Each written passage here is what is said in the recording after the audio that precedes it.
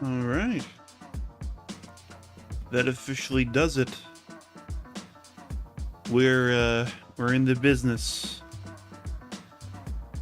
I don't know what business we're in. We're in some kind of business, I think.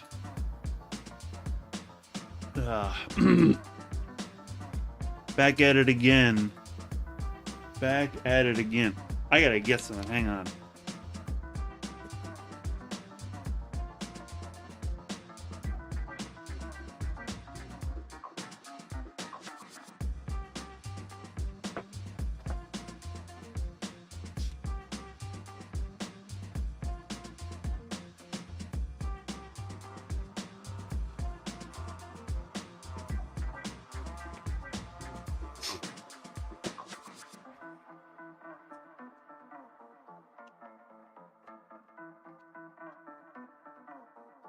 I've got it. Look at me.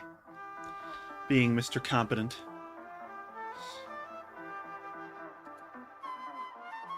All right.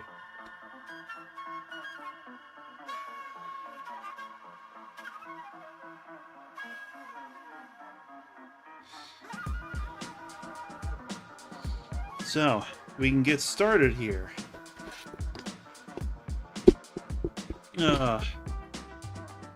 I'm developing I'm developing as I go here. I'm learning as I go with these streams. I'm getting better as I do them. And so this one is a watershed moment because I get to reveal this guy. Look at this. Now I gotta check something real quick. Well, that's interesting. If I take it out of Studium, now that is so annoying.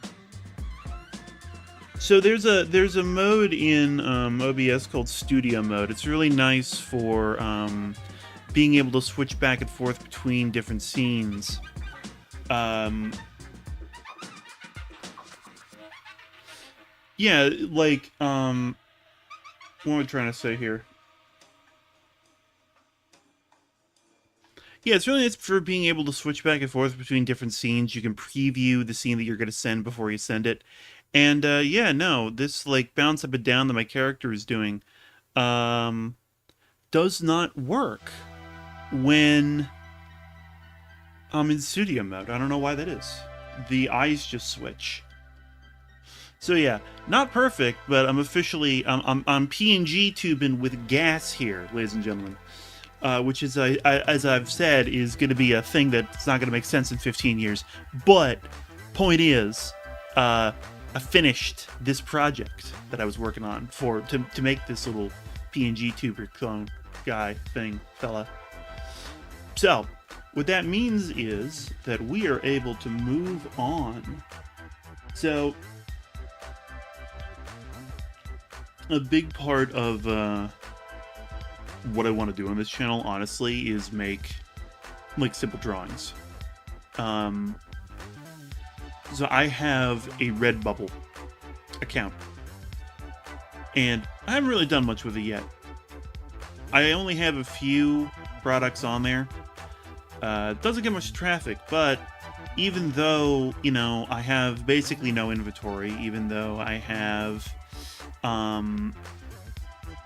not a lot of great inventory, most of it doesn't get clicked on at all, I still sell like 1 or 2 stickers, like, you know, once every couple of months. So I wanna work on that, you know? I wanna improve that. And this is a good medium. This is a good space to do it. So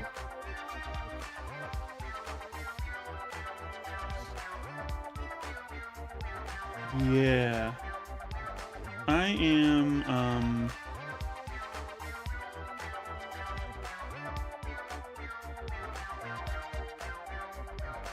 so yeah, we are going to make some art today that's going to be going up on Redbubble. Some stickers, and specifically for a while now, I've wanted to make something based on the hit indie video game sensation made by a single furry in a cave with a box of scraps, Lethal Company. I played that game a lot when it first came out. I like it. It's a good game. I haven't played it much since then. I do want to get back to it. Me and my friends have kind of like drifted to Helldivers because I mean, like, the one drawback of Lethal Company is being a horror game. It's, you know, its thrills sort of begin and end there, you know? And I'm a horror game guy. No, I'm not a horror game guy. That's the problem. I'm not a fucking horror game guy. I do not like the horror that much. I do appreciate it. I love like I love seeing a movie's or a piece of media's ability to scare me. I think that's really special, you know, when it manages to do so. But that's not to say that I necessarily enjoy it. Per se, you know, like.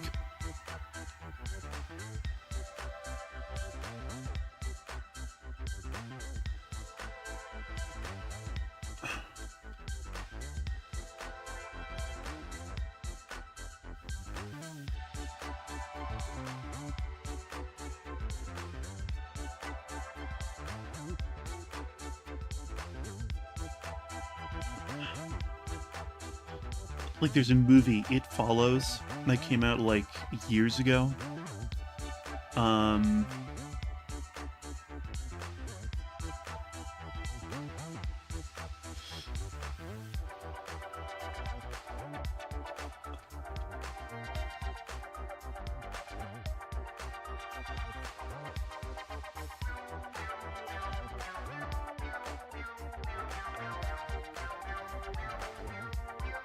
Pretty like It Follows, like, pretty rudimentary as far as horror movies go. It had really just good fundamentals as a horror film.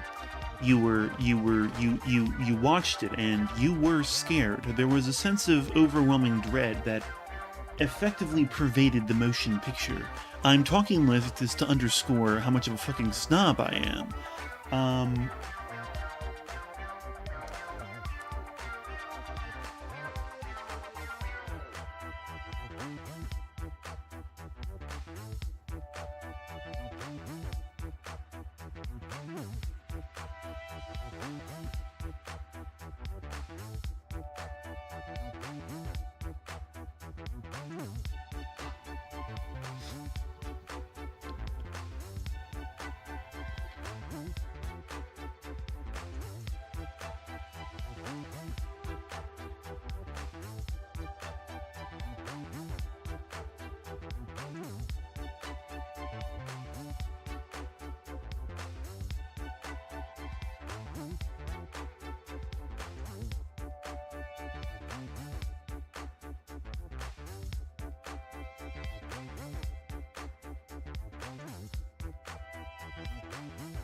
But anyway, yeah, no. That was a movie, not a lot of pomp, not a lot of circumstance, especially not a lot of CGI, but just through camera work, through juxtaposition, through just like basically good cinematography, is able to create a very compelling villain, a very scary situation.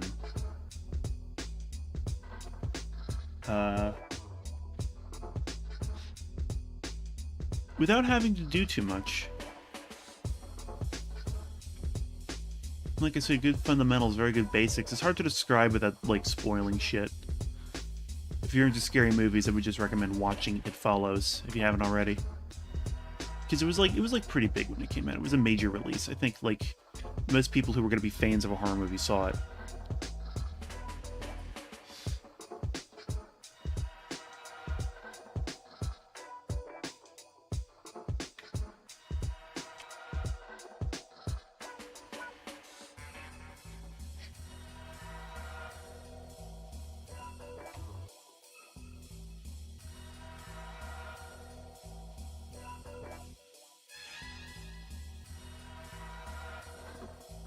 What I'm using right now is my kind of simplified style. I don't actually use it too often. Every time I do, I've got to kind of relearn it.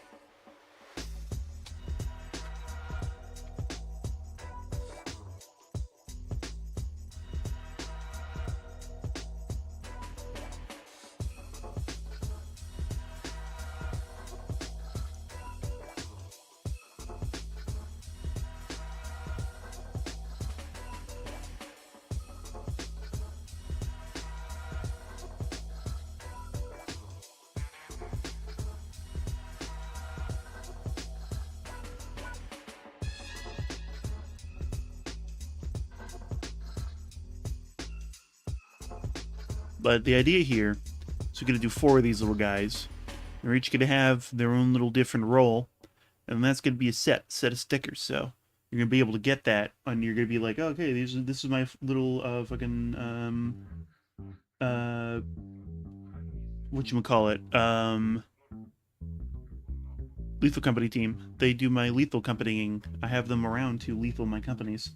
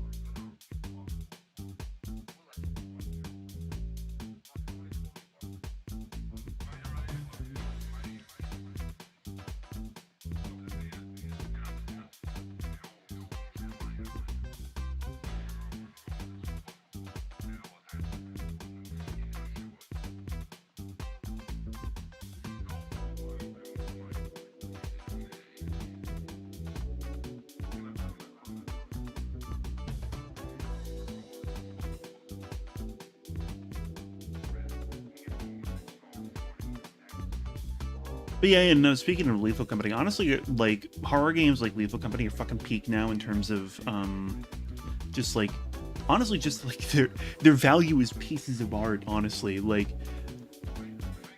God, you can go all the way back to, like, I'm preaching to the choir here, Silent Hill 2, which, you know, if you've been around in kind of like video games at all, you know about that one, especially because a remake came out recently. That's like considered one of the, if not one of the best, definitely one of the first in terms of video games as a complicated storytelling medium. Oh, hey, cool, my boss is out. I'm sure that will cause no problems in my day job. Anyway, but yeah, no, horror games, like, in terms of, like, games as an artistic medium, horror games actually have a lot of really good entries.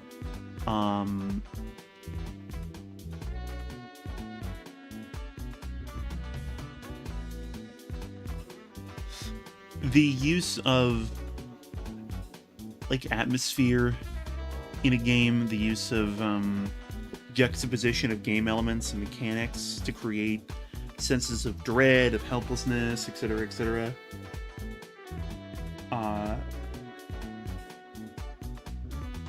It's like a more complicated story than other genres to make that work.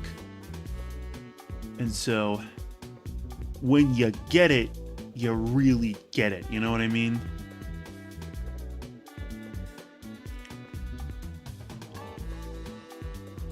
And honestly, Lethal Company is a really good example of that. Like, this game, just like, as a fucking piece of art that makes a statement, is just basically good at what it does.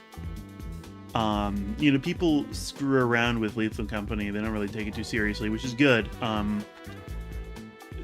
It is kind of more fun when you just take things as high chaos, which that game is. But like when you look at just like, you know, how the company just doesn't give a crap about you and just sends you to die in these little like friggin' wasted outposts, foraging for scraps, it makes a really poignant yeah, I'm really sounding pretentious now. It makes a really poignant metaphor about the state of the current jobs market. Yes. Yes. Nah, but for real though, like, that's how it fucking feels like half the time, man. With just like the way that like capital works these days.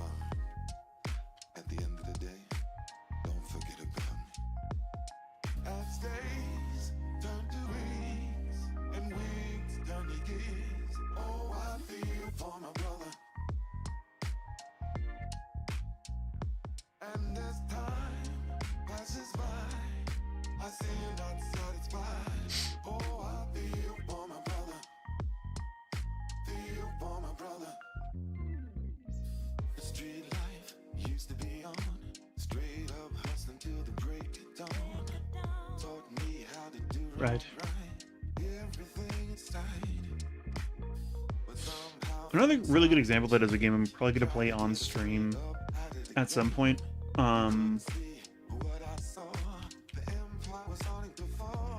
Forever Winter. That's come out. It's in early access. That's a game that I heard about and was excited to just like pick up and play as soon as it came out. If you haven't heard of that one, that's the one you play. You're basically in a perpetual war zone. There's like a whole lore of these different like global factions that have been duking it out in this one area for literally centuries. And you don't play as a soldier; you play as a scavenger. You're picking through the scraps of this mutated hellscape full of there are like giant war mechs, there are like techno zombies, there are all these different kinds of things that are, reminiscent of real technology and technology that's like popular, fake technology that's popular in video games like mechs. Mechs are never happening. I'll get into that at some point. If you want to, somebody wants to step to me on whether or not we're getting mechs. I've got receipts that are coming up. But what was I saying?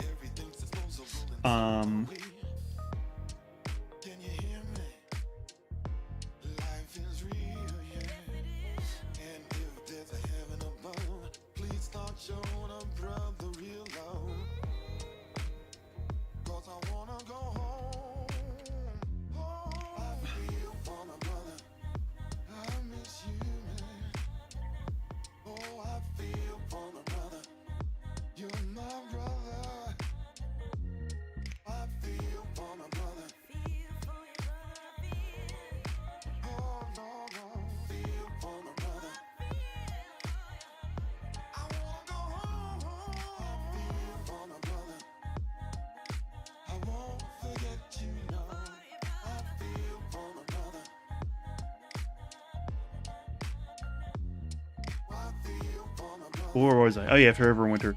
Yeah, you play as a scavenger and you're running around amongst these terrifying creatures of war. Just sort of like picking through, gathering things, avoiding fights more than getting in them. You are armed, you have a gun, but the armies that are fighting in this area have superior numbers, superior firepower. They have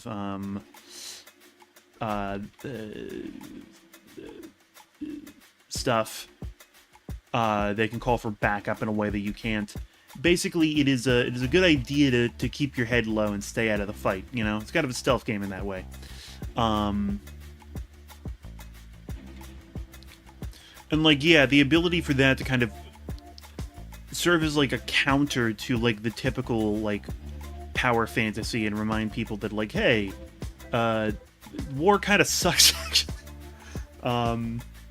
It's not all soap, Mr. Soap and Mr. Ghost. I haven't fucking played a Call of Duty game since I was over like a friend's house as a kid, being honest. But anyway, point is that like that like the narrative and wars that games presents are kind of one-sided. There are games that are like on their surface anti-war, but they're still action games. It's kind of like the there's like an old adage, like how do you make an it's like difficult or impossible to make an anti-war film, some people will tell you. Or anti-war any piece of media, because it's difficult to both portray combat in a way that keeps the viewer's attention, but also isn't cool, you know? And so, yeah, that's a problem with doing a negative commentary on, like, anything with a piece of art, because, like, saying anything is bad, any element of society is bad, in like a constructive way, not a propagandistic way, because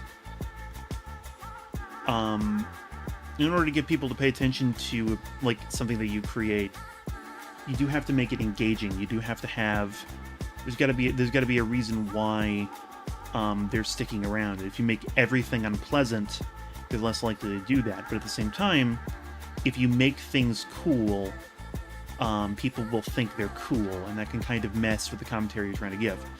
Like, for instance, you know, there's a lot of people that think the Space Marines are really cool, and that's great, but, you know, the Imperium of Man is supposed to be the most brutal, despotic, horrible regime imaginable. That's the entire point. When the people who were creating it, they were trying to make every decision possible to make it, like, the most, you know, freaking horrid place that could possibly exist. Problem is, since they also have to keep the viewer's attention and have people, you know, show up and play the games and buy the minifigures, they better call them minifigures. If I get, like, a comment on this video that's like, oh, they don't call them minifigures, they call them models, how dare you, fucking, no, they're minifigures, fuck you. I know people that play Warhammer 40k, but, like, I haven't actually asked them, so you call them minifigures, right? Or do you call them models? I don't know. Point is, in order to have people actually buy the minifigures, you still gotta make, like, the fucking Space Marines or whatever compelling. You still gotta, like, make, you know, you still gotta have there be a reason for, like, a casual person, who's not interested in, like, the fucking, yeah, still gotta make, like, the casual person, like, come out and, like, play the fucking game. And so you gotta make it at least a little bit cool. And so, you know, cool Space Marines, you know? And so you end up with people who are just like, ah, cool Space Marines, I want to live in fucking 40k universe is so cool, man.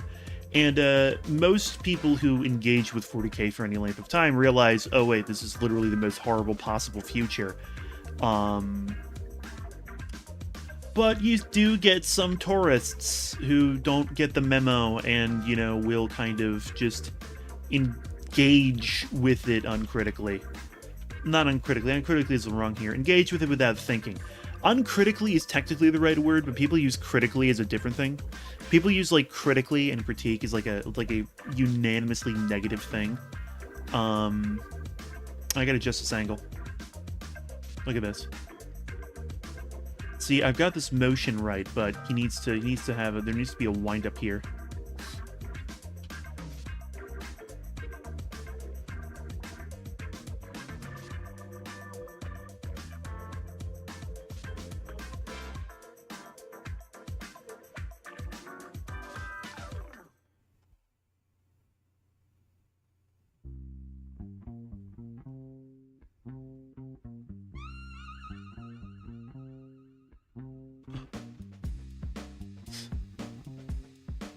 Why are you here? No, you don't serve a purpose. Get in here. Merge. Can't see what I'm doing with the layer order. It's the one, like, having the VTuber is important to me. I like him. He's keeping us company. Look at him. Look at him bounce. Okay? Look at this little guy bounce. Okay? Look at him. But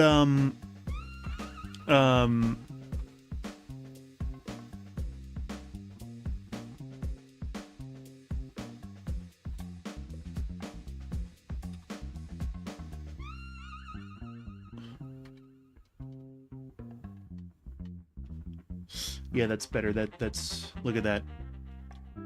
Yeah, things like positioning are so important. Like, in order, like, getting this little guy to really feel like he's got weight behind him, that's so much based in, it's based, red pilled, even. God, I fucking hate that the brain rot is so pervasive. Why is there a new layer here? What the fuck?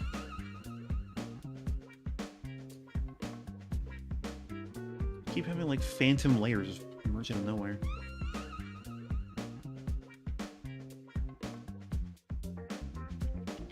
Okay, probably got to change the position of that sign, but okay, we're on layer 2. No more layers. No more layers. Okay.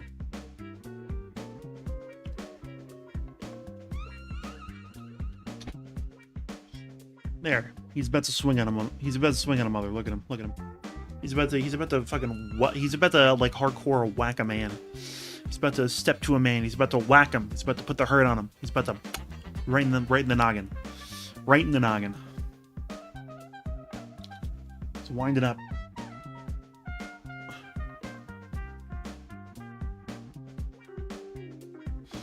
I'm wondering if I just switch the position of the legs here. Let me do an experiment real quick. Real quick.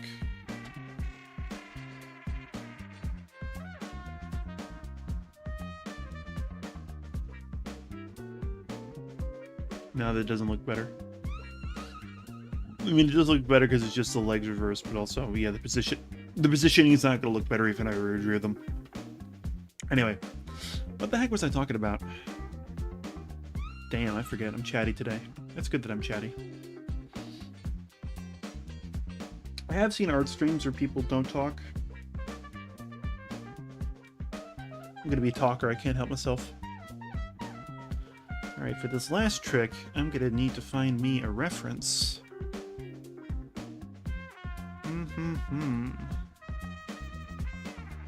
I legitimately lost my train of thought. What was I talking about a minute ago?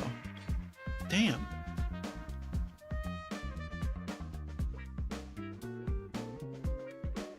I was talking about horror games.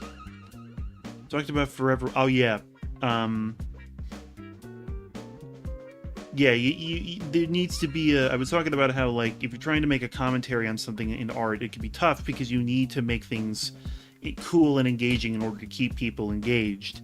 So if you're trying to create a dystopia, especially in video games, since in video games, people are there for the gameplay mechanics, and you have to make those good in order for people to keep playing. So how do you make a war game where you... an anti-war game, where you have to make the combat cool? Spec Ops: The Line tried to do that by making Apocalypse Now in the desert. I would argue that they did not succeed too well. It's a good game. I played Spec Ops: The Line years ago. That's a game I could go back to on stream just to show it off, because like not a lot of people like know about the game anymore, I feel like. It wasn't the biggest thing when it came out. It was a... Man, that was like the fucking... that came out during the peak of like the modern shooter, when... I wasn't into gaming, but it seemed like the entire games industry was just, was literally just Call of Duty clones all the way down. It seemed like. Obviously, there was other things going on.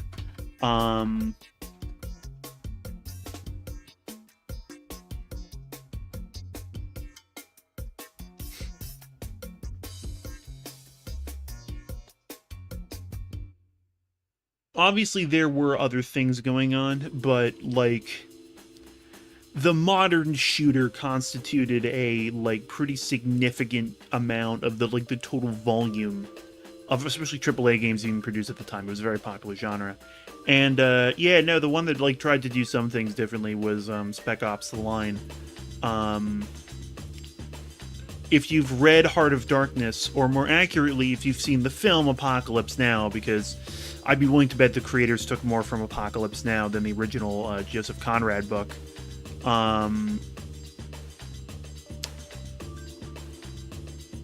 Yeah, they took elements of that and made that the story of their Middle Eastern shooter. The main gimmick... They're like, yeah, modern shooter set in the Middle East. Their main gimmick being that instead of fighting terrorist forces, and instead of fighting Russians or whatever the fuck, the way that Call of Duty had done, in Spec Ops: The Line, you fought a rogue company of American soldiers, and that was like, you know, the like central gimmick. And then, you know, like, the problem is that the gameplay is, like, stock standard.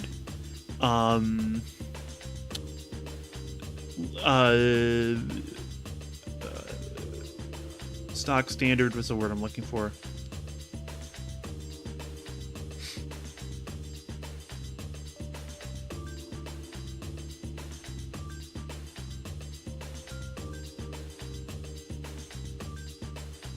a stock standard FPS game for the time. So the commentary really begins and ends with the literary inspiration, and there's not really much going on for it besides that, you know?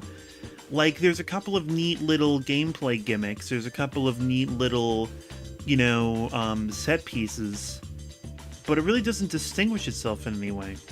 And the problem is that it's chained to the FPS genre. It has to do things that make sense in an FPS, especially things that made sense in an FPS at the time. Whereas with Forever Winter, which I haven't played yet, so I got to see how they do it.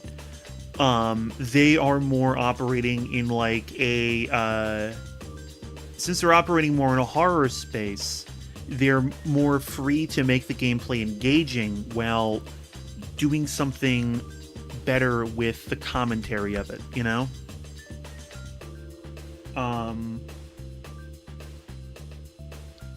Not something better. What's the word I'm looking for?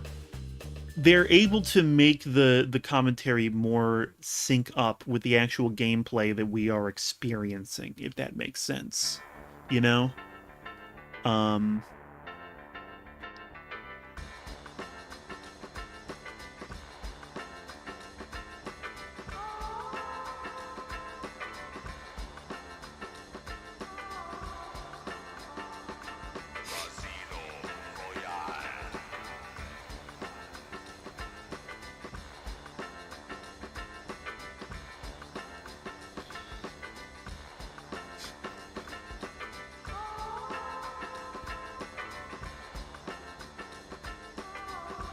So, one thing we gotta do real quick is that since these stickers are meant to be a set, it is important that we kind of get size right. That's pretty close. You have things like the head, the length of the legs, the total length. So you can see this guy's shorter, but he's hunched down, you know, he's locked in, so it makes sense that he's shorter in stature just a little bit than... Yeah, I'm pretty on the nose there, I'm pretty on the money. It's actually surprising. I was expecting that to be a pain in the ass. Oftentimes it is.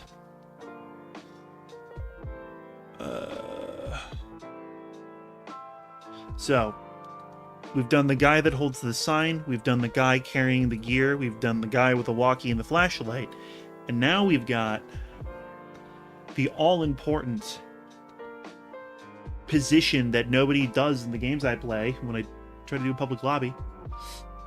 The man in the chair.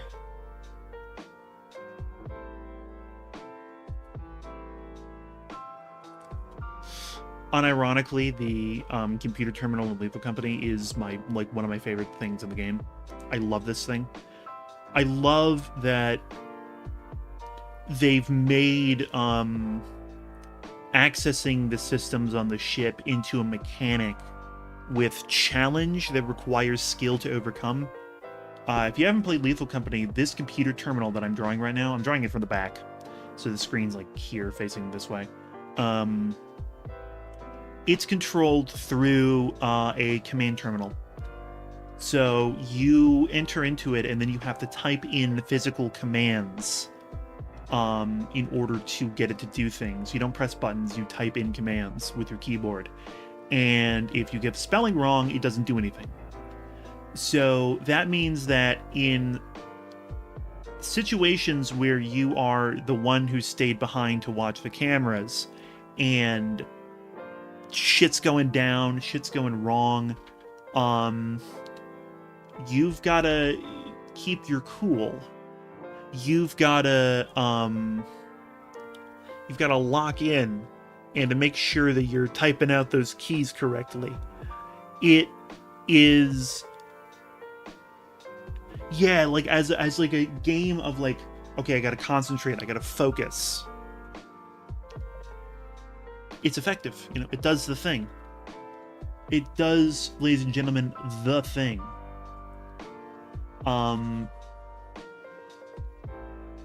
It's a mini game that plays into the overall feel of the game, especially because like your computer on this crappy little spaceship being this like bulky vintage thing that feels like it's from the 1960s. Yeah, it works so well with the rest of the atmosphere of, like, you know, these abandoned stations, the excuse me, that was loud. The like the crappy little flashlight that you're given, just how everything in the world feels like it's like bare bottom of the barrel scraped together. Even just how like sparse on the ground scrap is in most of the facilities. Like, you get the feeling that these are places that have already been mostly picked clean.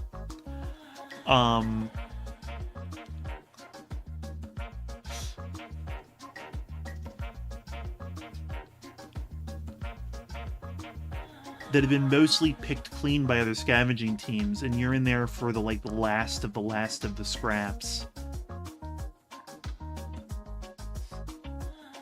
Creates a really nice sense of atmosphere and world building just with the environment itself.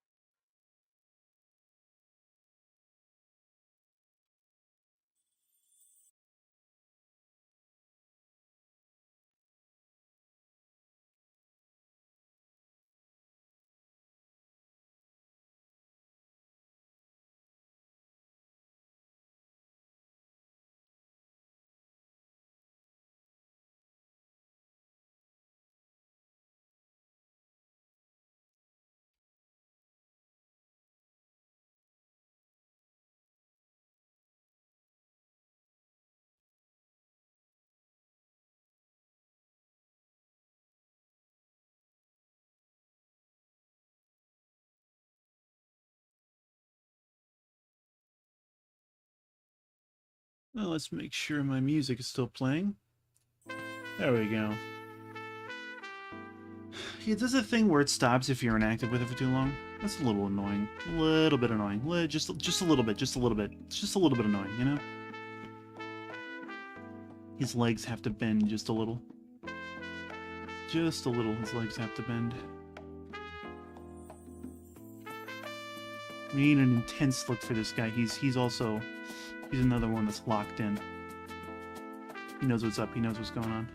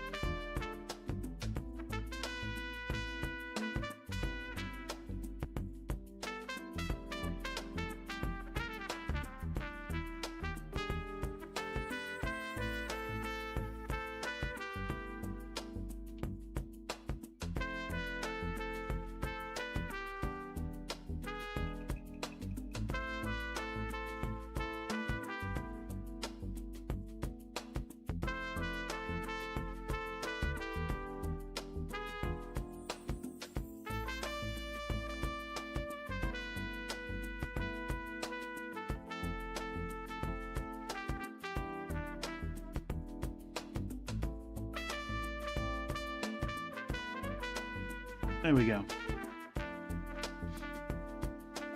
So the adjustments will need to be made, but there we have the basics, 4 little stickers.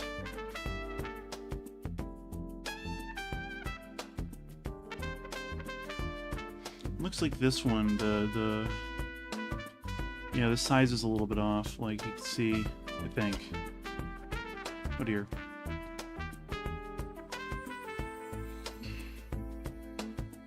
Like just a little bit, but you can tell. So all we need to do, because this is digital art, is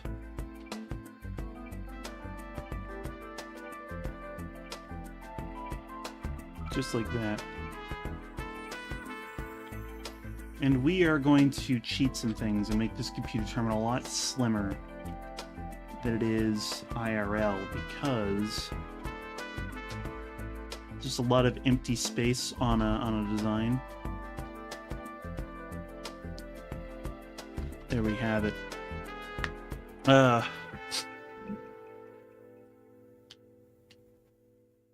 Yeah, so I'm going to end work on that there, just because that's a really good natural stopping point.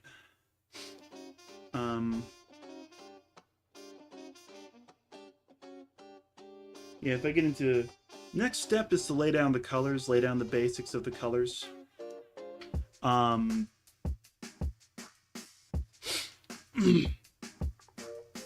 Which won't take too long, but we'll need to do some finagling to get things right, and then we've got detailing, line art. We're going to do some shading with this one for sure. Get some dynamism going in the character design. Specifically this guy, we're going to have a lot of glow coming from...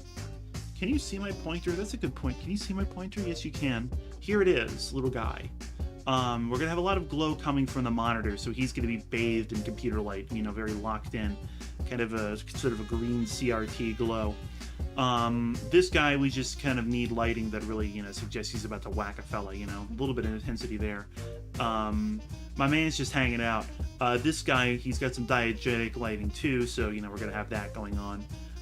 Plans, schemes, things that will happen. Ooh, spooky.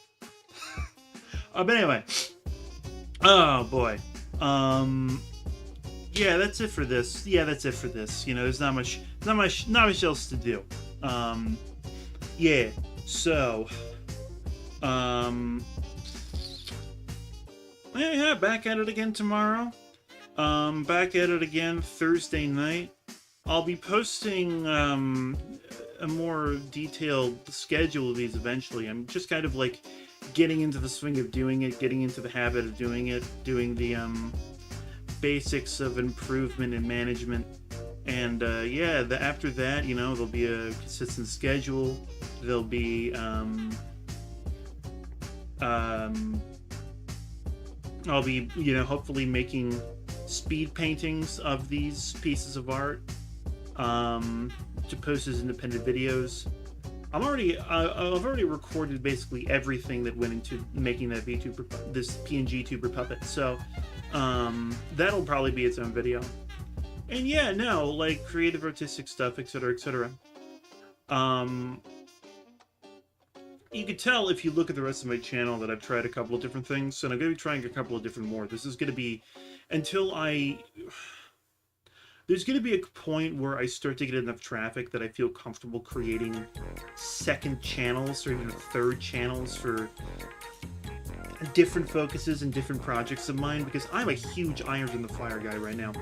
But you can see the speed paintings that I've done earlier on my channel, and just like doing those by themselves without any kind of live streaming element, it's not very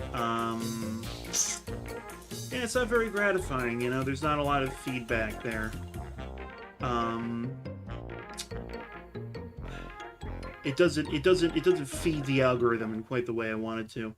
And doing these streams is fun, I'm learning things, I'm gaining experience and or knowledge, even if I'm currently sitting at 0 viewers right now.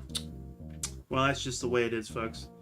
Yeah, but no, the point is to, keep on trucking and kind of build up things over time. I knew that getting into this. It's going to be a while before this pays off, but I'm in it for the whole. I'm going to haul things. I'm in it for the long haul. It's the way it is, folks. It's the way it is. But yeah, no. See you folks around. See you in the next one. Peace out.